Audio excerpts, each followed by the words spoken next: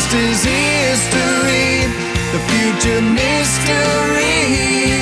This moment is the gift. Oh my gosh, Miracle Makers, I am so excited to be with you again. This is Dr. Sarah Larsen, and we, the Miracle Makers, you, Miracle Maker, are here to learn all about what's possible for you. This show is about initiating and activating the frequency, your point of origin within you, to give you the tools that are necessary. There'll never be another you. There'll never be a moment like this moment. There'll never be the opportunity to experience all that you're able to experience. The more of you that has come alive, the more of you that you're willing to remake, the more that you're willing to face and learn about yourself, the more you can create for you, for the world, and for everything that you believe in. This show is dedicated to you. This show is also dedicated to Matt Kahn and his soon-to-be ex-wife. We just had Matt Kahn on the show July 14th, and we haven't listened to the newsletter or his videos yet to see and catch up with him, what's happening there. We will call him and invite him to come back on the show and share what's happened with him. In the meantime, I really want you to have this show so you can understand about relationships, or when a spiritual teacher is no longer in a relationship, or what has happened in one of your teacher's lives that might not be congruent for what they said just days, hours, weeks, years before. And so this show is for you. This show is to give you access to deeper understanding, and oh my gosh, this is to discuss a little bit about spiritual teachers breaking up. And this for me is so important. Love. I love love. I love being in a relationship. I love being able to love as deeply and as openly as I possibly can, my husband, my kids, my community, and everyone that comes along. And love is different for each and every person. Love is different for you. Gary Chapman talks about 5 different languages, love languages, 5 different love languages you can speak, but there are literally an infinite number of love languages out there. And when someone that speaks love and creates, and everything is about love, gets into a relationship with another and dedicates each of them, a spiritual teacher that dedicates their life to loving this person, taking public vows, announcing what love is, and a communication of my intention is to stay with this person for the rest of my life. And then for that spiritual teacher to release the relationship, or for the relationship to let the spiritual teacher go. Wow. Well, you can think of it as bands. You know, when bands break up, they made a commitment to be a band and make music together. And then the band breaks up, and everyone that was invested in the band suffers. Because that whatever music the Beatles, for example, were creating together might not be available. And we invest so much in the Beatles being together because we love what we feel when they were together. We love the idea and the image and that everything that has to go with that, especially if we love love and we perceive and see love the way of a relationship, a husband and a wife, soulmates, twin flames, all of the labels that we give to relationships that are working. And it's so important to understand, to fully understand.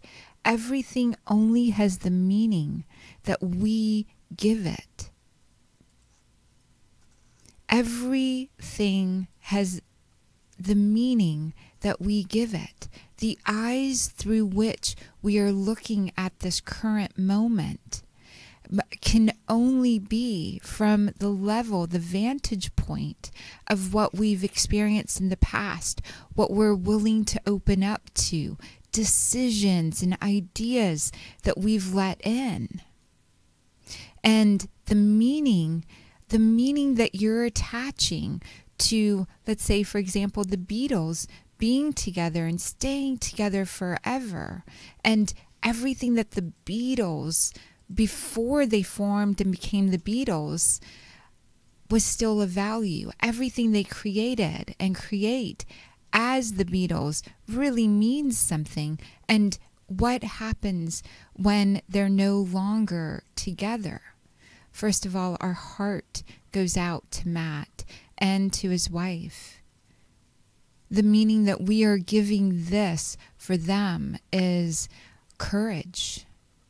It takes courage to be able to say and allow what is possible through sharing yourself authentically.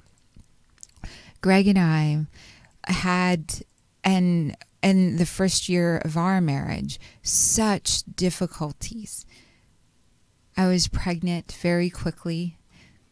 Our families were getting to know about each other very quickly. Our cultures infinitely different. Viking cowboy meets, I don't even know what I would label myself, but the wounded healer. I was out there, non-government organizations helping, saving. I was out there working and loving.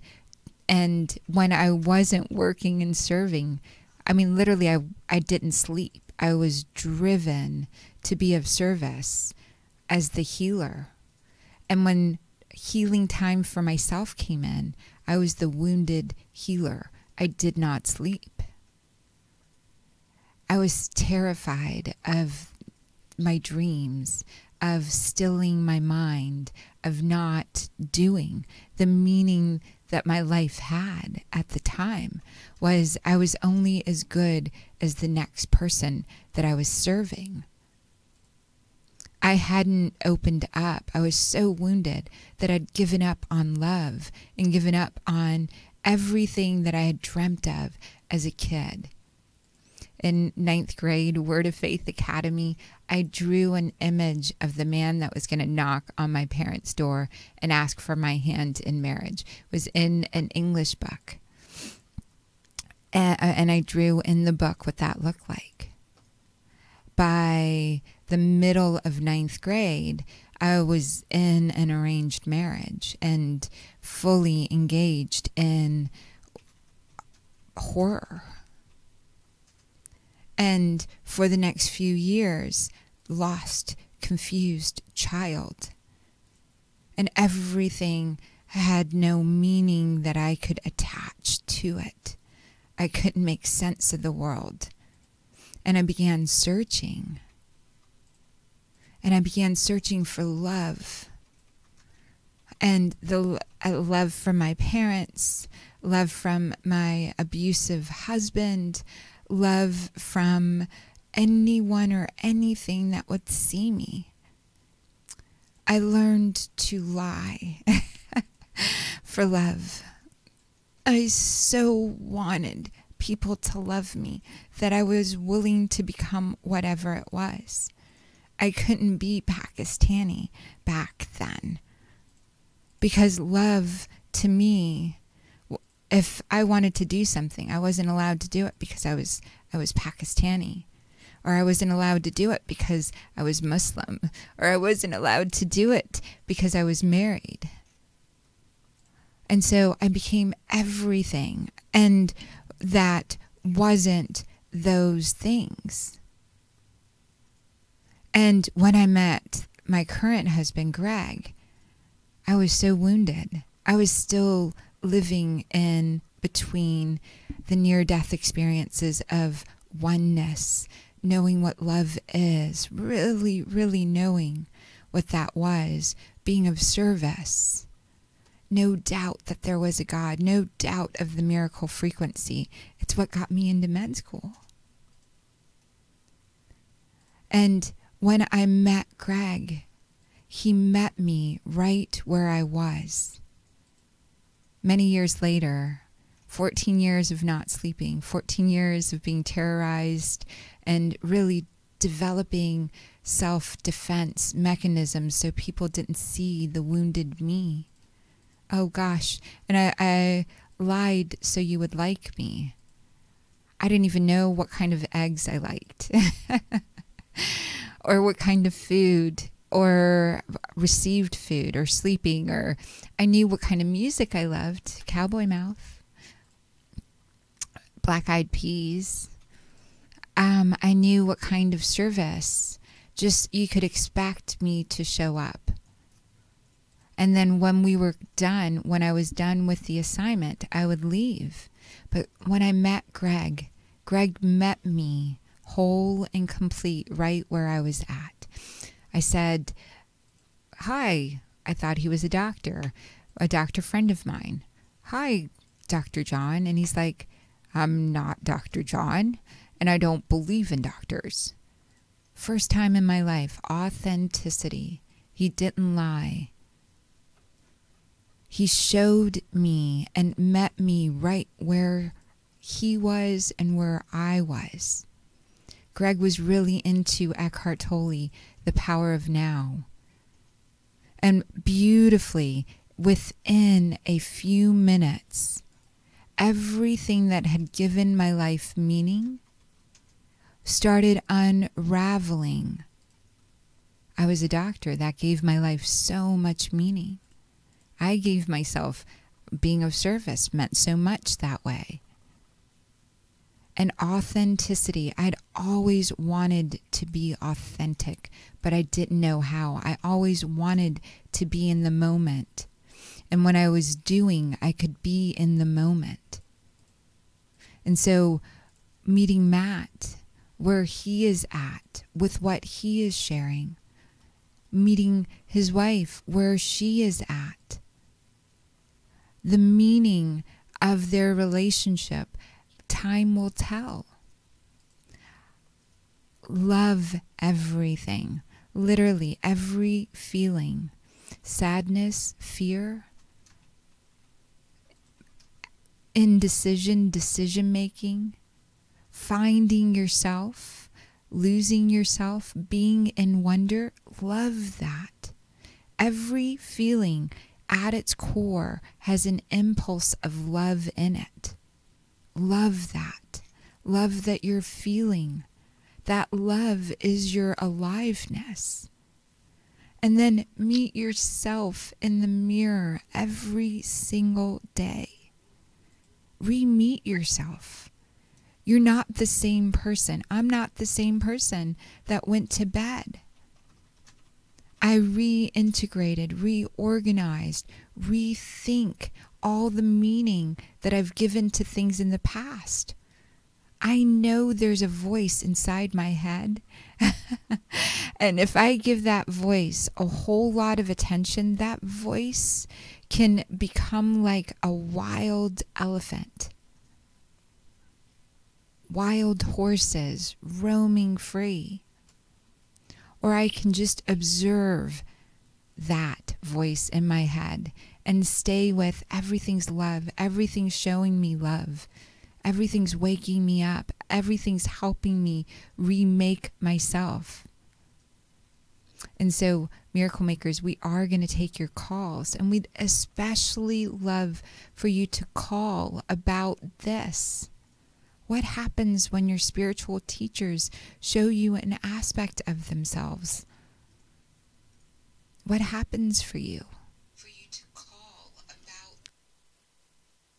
Thank you so much for being here. And my co-pilot in this journey in our life in Miracle Makers is the beautiful Greg Larsen. Hi, baby. Hey, my love. That was pretty raw and pretty real, my love. Thank you for sharing. Oh, you're level, yeah. so welcome. Love is such a beautiful thing, and love is like one of the truest, greatest gifts the God or the creator of the universe could have given any living creature. Any living creature. Yeah. And I consider you one of my spiritual teachers. Like, I really do. And so I live with a spiritual teacher, and I consider myself a spiritual teacher. And I want to authentically reveal how we are with one another as a couple. And even this last week, we went through a massive storm as a couple. Do you want to just talk a little bit from your perspective? Because it was me that was in the emotional storm, and I have emotional storms. And you've witnessed them for years. Yeah. And so if you will just talk a little bit about what that's like. I'm trying to remember what sparked it. Do you remember what sparked it by chance? I came down and the dishes, there was just a stack of dishes, and there was just all of this sort of these systems that we've been and placed in our home, and all of the systems were showing themselves to be broken down. Yes, there was that and other things too. To me, it doesn't matter what arises in the moment. It's always the conscious response to it. And sometimes I'm a bit more conscious in responding than not. And the challenge is when I don't consciously respond, I tend to get loud. And so, which triggers within you, because you're 5'2" and I'm 6'2", and you've had a history of the masculine suppression or abuse, and so I think that triggers within you very deeply this I won't stand for this anymore. I won't stand to be abused by the masculine anymore, and so it triggers this hurricane of Sarah. Hurricane Sarah is rolling in. Yes. Which is understandable. I mean, I don't question it. I don't. There was one time, and this is so this is a disclaimer. I'm going to use a word that we don't usually use on air, but there was a time in our kitchen that Greg had gotten loud and he was insisting, and I said out loud, just because you have a penis and are taller than me doesn't mean you're right.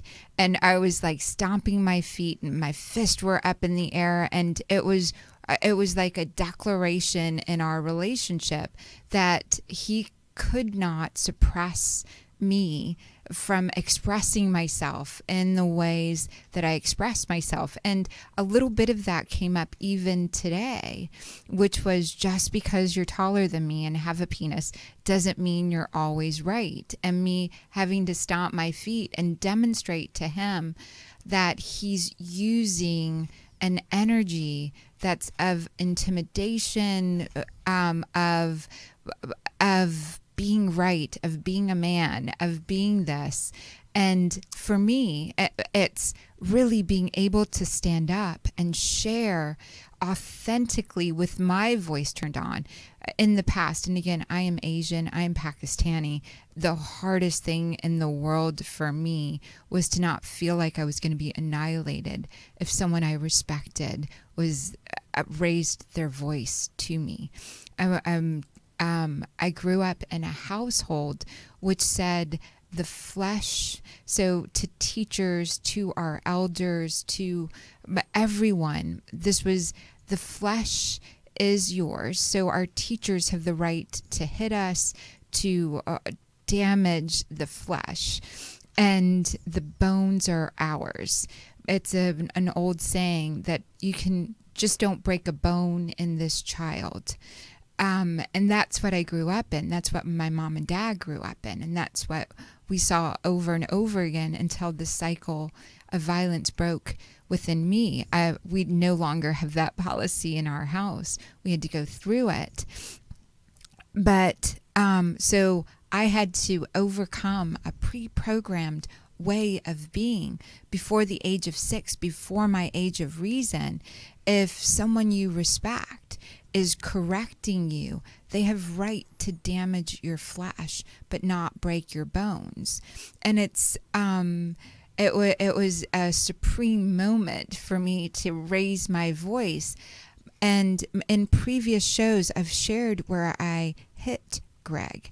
I had hit him because I didn't know how to make him stop yelling, and I didn't know how to make my own self have words to stop the Hurricane Sarah. Hurricane Sarah was violent. And today, and at one point in our marriage where Greg was yelling at me at the car, I said, you've got to either stop or I'm going to jump out of the car. And he couldn't stop himself from yelling at me, and I didn't want to hit him. So I had him stop the car, and I got out of the car and began walking. I was dressed. I wasn't fully dressed. I was in a gown dress that we were going to for the evening. So I had like the base layer of a gown dress on, and I walked out, got out of the car and started walking down.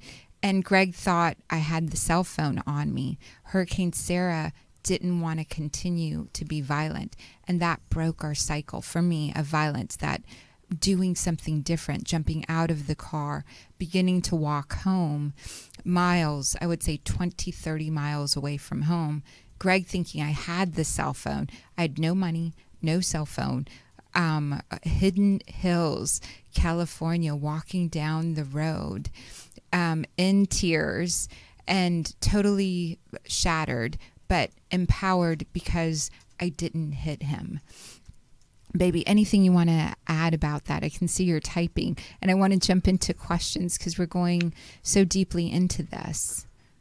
Yeah, it's just respond consciously in relationships, which is super challenging, and that usually relationships trigger deep unconscious reactions, not high conscious responses. Yes. And so you have to be aware of that that's what's going to happen.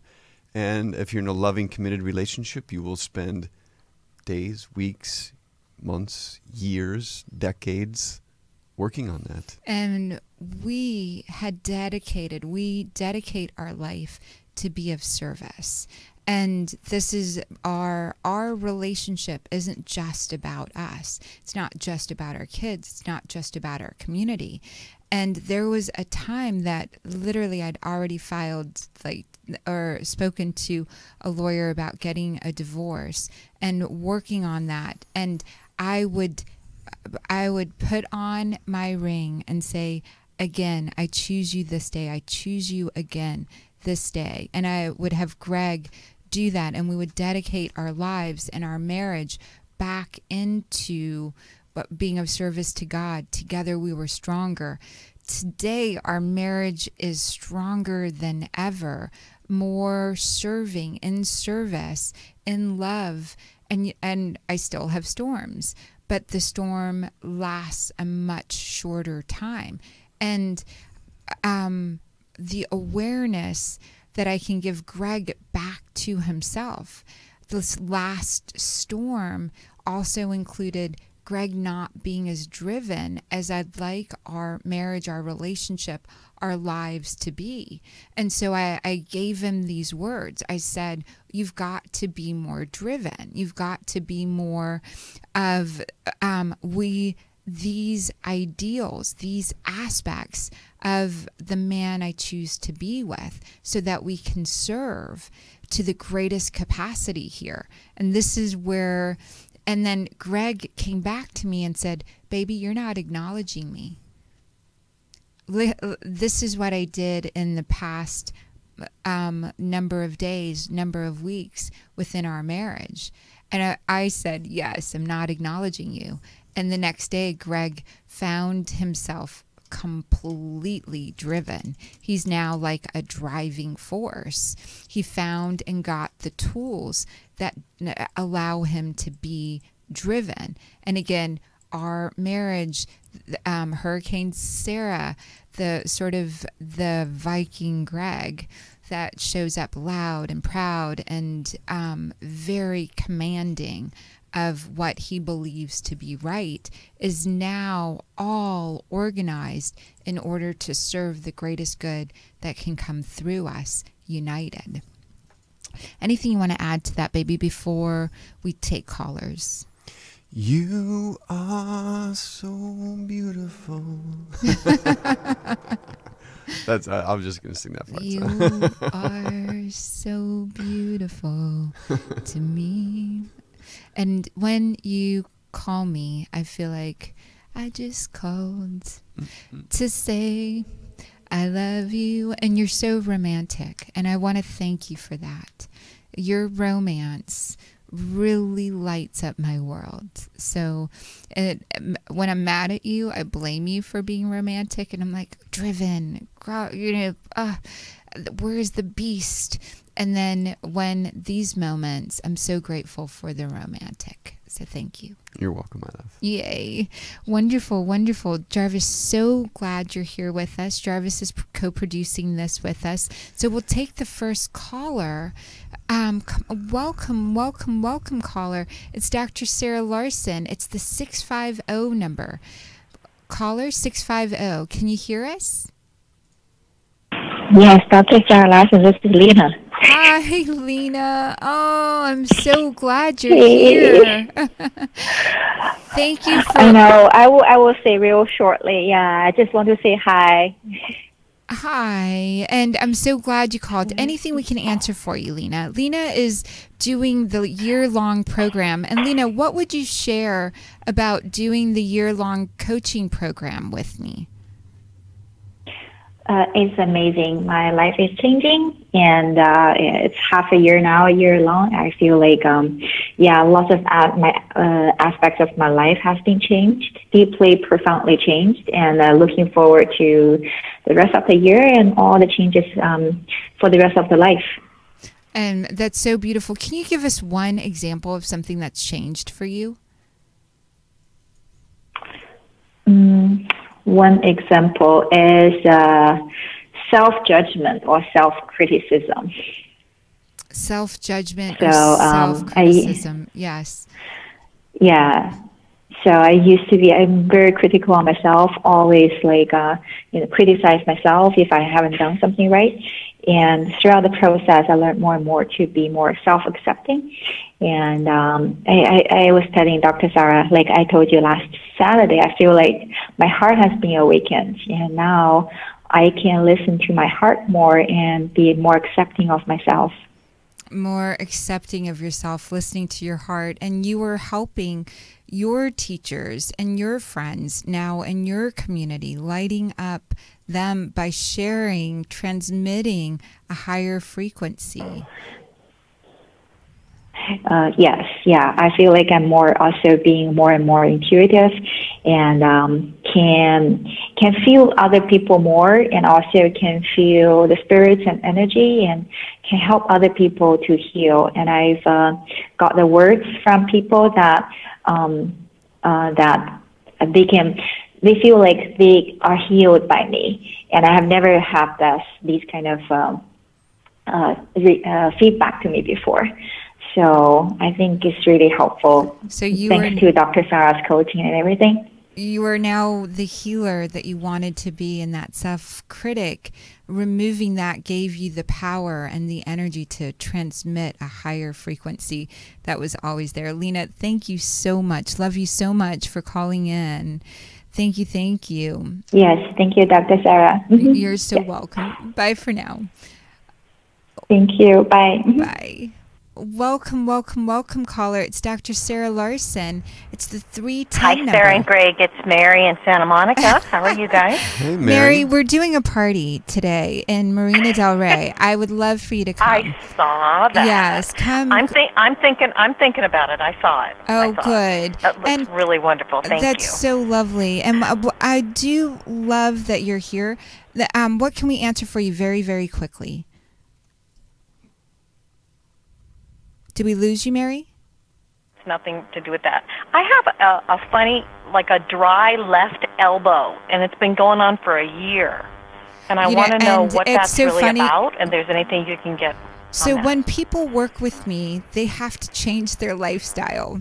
They have to become self-aware, and so I can share with you what's going on there. But this is really about changing at a core level for the healing and the feeling to stick. So even as we're talking, there is it feels like a bump within a like salt or sand bump that I'm feeling, and it's calcification, and it's about reaching out.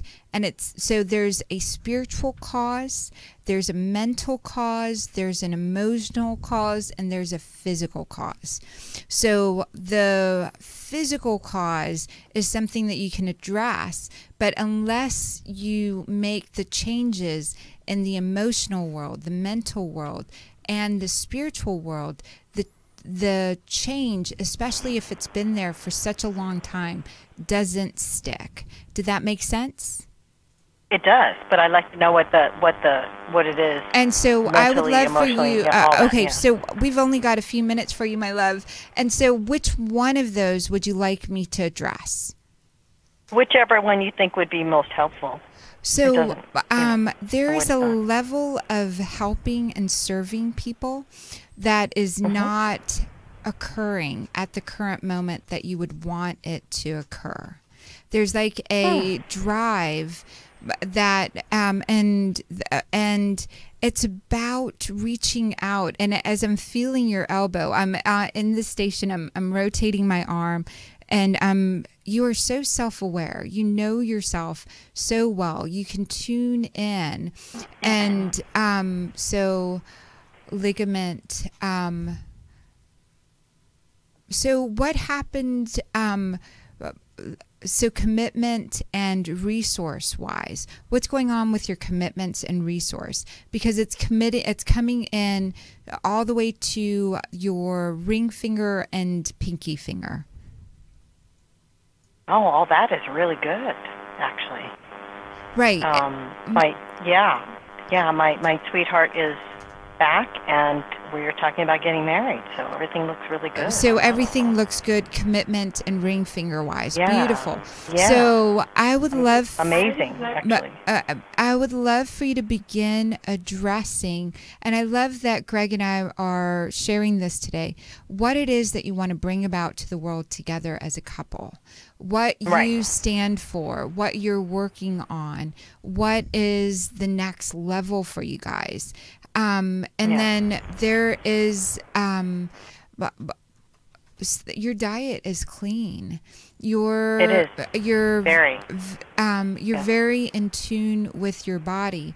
So this has to do with past relationships, calcifications in that, calcium within that.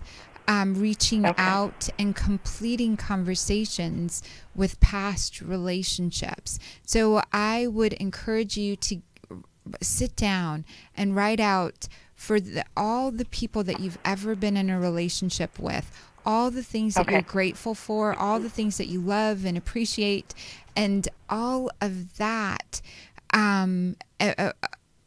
what you learned from each relationship. For some people, it isn't actually a call to call them.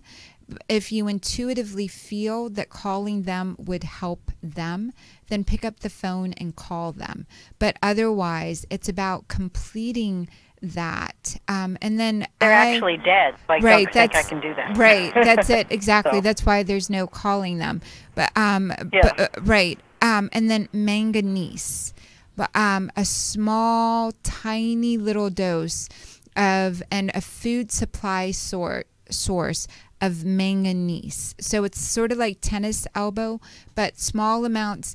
They do, you can make an oil, and I've made oil for some of my, I have one client that was in the Olympics and played tennis. For them, I made an oil for their elbow with manganese in it. But get some manganese. Make an oil for yourself, natural source. Start applying that topically. Okay. All right. Thank you. There's nothing wrong with my elbow. It doesn't hurt. It's just really dry. It's just a weird dry elbow. It's like a salt in there. It's like a salting. So like a what? A salt. But like so it's been yes, it is dry. Instead of it being loose and flexible and filled with liquid, and so it's like a salting of that area. It's like it's been right. Okay. So trauma gets stored in our ligaments. So the ligaments around your elbow, around flexibility in those two areas have become really, really dry. Got it. Okay. That makes sense. All right. Yay. Thank you so much for your call, Thank Mary. you, and love to you guys. And I'm sending love to Matt, too. Thank you. Thank you. Bye for now, You're Mary. welcome. Bye, you guys. Bye. Yay. Hi. Welcome, caller 805. Welcome. Thank you for calling in. What can we answer for you?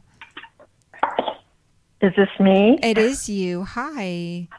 Oh, hi, Dr. Sarah. Hi, Greg. Hello. This is Audrey, and I just want to thank you for being so authentic and sharing all that stuff. And I'm just in a very weird place. I just feel like it sounds like so victim, but I just never had, I don't feel I've ever had an intimate relationship or bonded with anybody. And so I'm going through that now, and just trying to figure out maybe that's my life's path, just to be solo until I am no longer here. So Audrey, I just don't know. I want to ask you a question. I can hear how much it means to you to be in relationship. You are communicating and calling in your beloved, and you've had relationships but not felt like you were loved in them. And you've loved so deeply but not in a romantic way. Yeah. Yeah. And so you have to get out of the house. You have to get out of the house. This person, and it is possible that your magnet and your beacon becomes so loud that they show up at your door. Greg and I could have met so many times. It could be someone. So you inviting people over to your house, more than, five, like around 5 people, inviting 5 people to your house once a week, around the neighborhood, calling people. That's one way they could come to you, and you could feel safe in your home and let love come in. But it's got to be kind of like an open way where you put it up on, there's a thing called Meetup or Eventbrite, and have people RSVP. You jump on the phone with them, make sure that you're aligned. Talk about one of your books or one of the things that you're really, really passionate about. Invite and limit it to 5 people coming over. And people you love having over, but have this open invite once a week to come over, be in your space. That love will come walking in. You are so lovely. But you've got to make the change. Either that, or you've got to go somewhere that has more than 5 people, or 5 people at least, and spend a few hours there on a regular basis. So a coffee shop right down the street, a You make magic. You make miracles. Things you want in your life show up for you. Really do, always have, always will. You've got to do the courage to take the next step. Yeah. Yeah. Thank you, Audrey, for being with us. I love you. And our next Miracle Maker call is coming up, baby. What's the date on the Miracle Makers Academy? July 8th, which is a Sunday from 9 a.m. to 11 p.m., 2 hours. And so, Audrey, you are on in Miracle Makers, and we'll address that even more there. Yeah. So thank you for being part of the Academy. And I'd love for you just to share what being part of the Academy has meant for you. Say that again. What has being part of Miracle Makers Academy, what has that done for you? Well, just the fact that you actually hear what people are saying and you have the insight. Your insight has helped me a lot. And you encouraged me in my creative pursuits when I'm still, questioning what I've done. But you were very helpful in giving me confidence in that direction. And how many books have you now published? How many books are now published?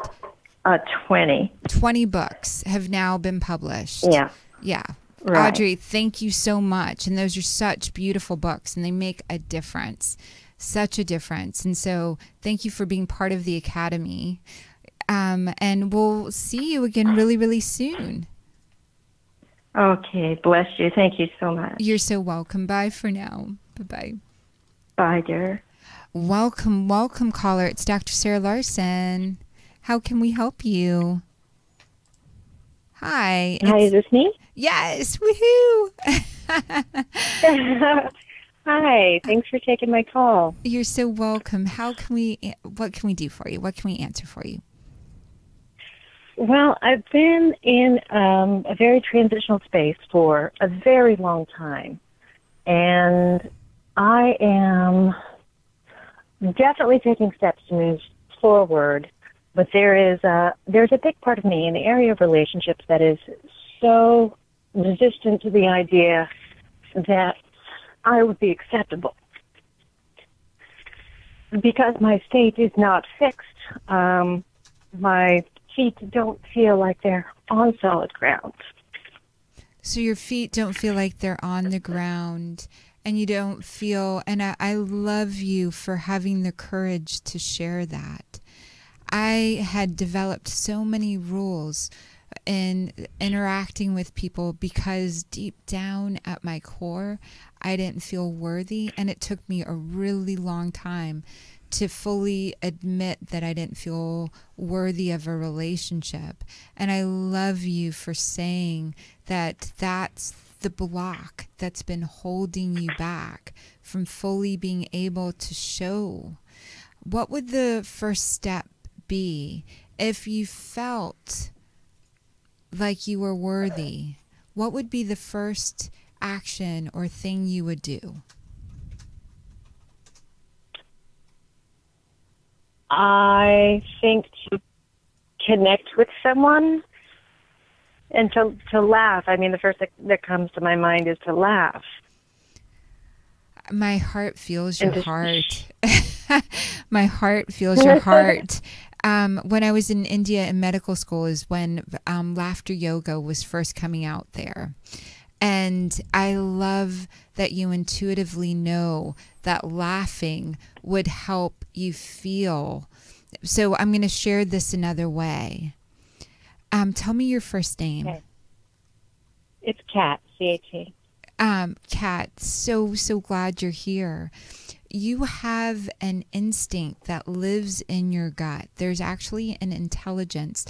Some people call it the chakra systems. Some people call it the gut intuition. But that, your second chakra has been and is not tuning to your highest frequency.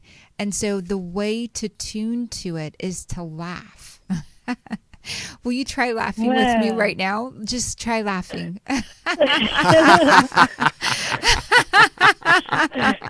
A big belly laugh.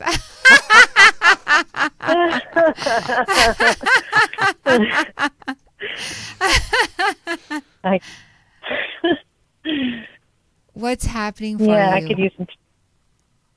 Go ahead. I would love for you to go to, if you're in the Los Angeles area, I'd love for you to go. Where is the area code? Where are you? I'm in Florida, area code 941. 941. I would love for you to find a place. So when I need to feel sad, we watch sad movies as a family. I get the emotion, or I'm riding a lot of emotions. I'm like, we got to put on a chick flick, baby. And we go, and we all, the kids and I, we love our snuggle time together. The way they're not snuggling with us, I call it snuggle time if we're in the same room. We watch this emotional movie. I'd love for you to watch There's Something About Mary, Flirting with Disaster, The Ref. Those three movies in particular, There's Something About Mary, The Ref, and the Flirting with Disaster. And then I'd love for you to just find a way that you can create laughter on a daily basis. That might be like, okay, when you wake up in the morning, you're going to start laughing. Because, my darling, you have done so many of the other things for you to feel and allow healing to come through you. You are such a lovely human being. You show up, you're kind, and the physical laughter will connect you back to your root chakra. The root chakra is all about survival. A great example of when people are connected to their root chakra, they know where to be. At animals in the tsunami that were all free wound up finding higher ground. You wind up always being somehow in the right place, not getting hurt, surviving and moving towards thriving. But you've got to get the second chakra right for you in relationships, in love, in receiving. And it was really hard for you to receive in the past. And there was a lot of measurement in the way that you could receive in your past relationships. Is that true? Yeah. And so you shut down the way that you receive love. So it's okay for you to give it, but receiving it. And so I'd love for you to watch those three movies in particular. And then I'd love for you to call us. I wrote them down. Oh, good. And I'd love for you to call us. And for the next 7 days, I'd love for you to laugh every morning instead of just meditation or going for a walk. Or I want you to spend 5 minutes twice a day laughing. You're not a complainer. You do tend to overtalk your negative points to yourself. You're such a beautiful, you show up and you're very consistent in showing up with love everywhere you go. And so that 5 minutes of laughter along with watching these movies, doing it you're going to feel more grounded and you're going to be able to talk with other human beings when they're wanting to connect with you deeply. That's great. Thank you. You're welcome. And in the video comments of this, I'm going to post and I feel like you've already seen this, but Brene Brown's video on vulnerability. Yes, I have, but I'll watch it again with a new mind. Yes, watch that, and it's such a beautiful thing to really go into laugh and let that spirit in fully. Beautiful. Okay. I love you. Thank you so much. You're so welcome, Kat. Thank you for calling. Yay. Jarvis, let's take the next caller. Welcome, welcome, welcome, caller. I'm so glad that you're here. Hello. Hi. Who are we speaking How are with? you? Oh, we're fantastic. We've only got about 5 minutes, so I'd love for you to share what's going on. What question do you have for us? I just recently got out of a relationship, and someone from my past has come back into my life, and I'm just curious, like, I don't know if it's right, if I'm making a mistake, I don't know. So I called you for your advice, Miss Sarah. I'm so glad that you're calling. You are so connected to service to God and love. So just tell me about that a little bit. God and love. Well, I mean, God is love. God is love. I have to have God in my life for anything. Right. And so this was part of the difficulty in the relationship before. There's a lot of fun and play and dedication that you guys can do together. You're both new and different people. You didn't trust this person before. So tell me about that. It broke not trusting. Well, he was married. Yeah. And a long time ago, he was married, and I couldn't trust him. right, and you couldn't trust him, and now he's not married. No. And so this feels really like he is looking to you to help set the standard and help connect on so many levels. So I'm going to say this another way. This has come back in. One, you really wanted this at one point in your life. You really, really wanted this. And you are so lovely and you love so deeply. And dedicating all the stuff that you guys are doing together to God and to really amplifying, quote unquote, the God in him, what lights him up, what makes him feel more powerful, what reminds him of all the wonderful ways that he is. He is very critical of himself, but outwardly boasts a lot. Does that sound right? Mm-hmm. Yep, and it surely does. Yeah, and so for him, he needs to shore up that nothing he's done keeps him from connecting with God deeply. Like there's something around him doing shady things because he wasn't feeling, or he's sort of self-sabotaging because he doesn't feel worthy of God's love, fully. And so that he doesn't mean to hurt people or be shady with the egotism.